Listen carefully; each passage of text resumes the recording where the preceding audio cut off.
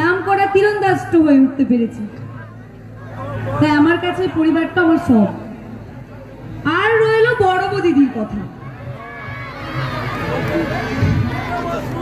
দেখ, বৃন্দা বসু আমার যতই ক্ষতিটা চাক, আমি তো ওই পরিবারটারই একজন, আর ওই পরিবারটা আমার কাছে সব। যেহেতু বৃন্দাও যেহেতু ওই পরিবারেরই একজন, তাই আমি ওকে মারতে পারি না।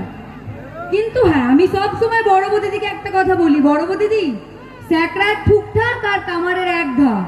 তুই টুকটুক করে আমার পিছনে লাগার চেষ্টাটা করছিস কর, কিন্তু যখন আমি পাল্টা আঘাতটা করব, তখন কিন্তু তুই পালানোর পথটা পাবি। কারণ রাঙামতির পরিবারের দিকে যদি কেউ চোখ তুলে তাকায় বা কারোর ক্ষতিটা করবার চেষ্টাটা করে, তাহলে কি হবে? রাঙামতি তার তীর ধনুক দিয়ে শত্রুরের বুক একেবারে এফোড় ওফোড় করে দেবে, তাই তো?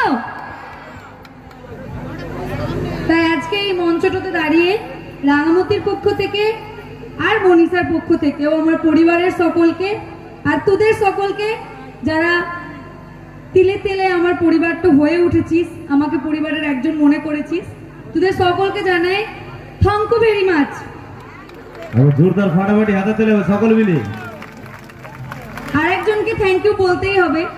আজ এই মঞ্চে যে আমি আসতে পেরেছি তোমাদের সকলের সামনে, সে কার্তিক দা, থ্যাংক ইউ সো মাচ।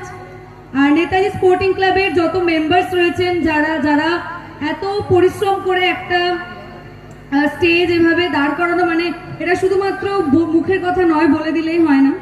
একটা স্টেজ দাঁড় করানো এইভাবে, সেখানে আর্টিস্ট নিয়ে আসা, এতগুলো মানুষকে একসাথে জমায়েত করা, এত রাত পর্যন্ত ডিসিপ্লিনের সাথে সবকিছু মেনটেন করা, এটা একেবারেই মুখের কথা নয়। তাই তাদের অক্লান্ত পরিশ্রমকে আমি কুর্নিশ জানাই, আর তাদের সকলকে আমি বলতে চাই থ্যাংক ইউ সো মাচ।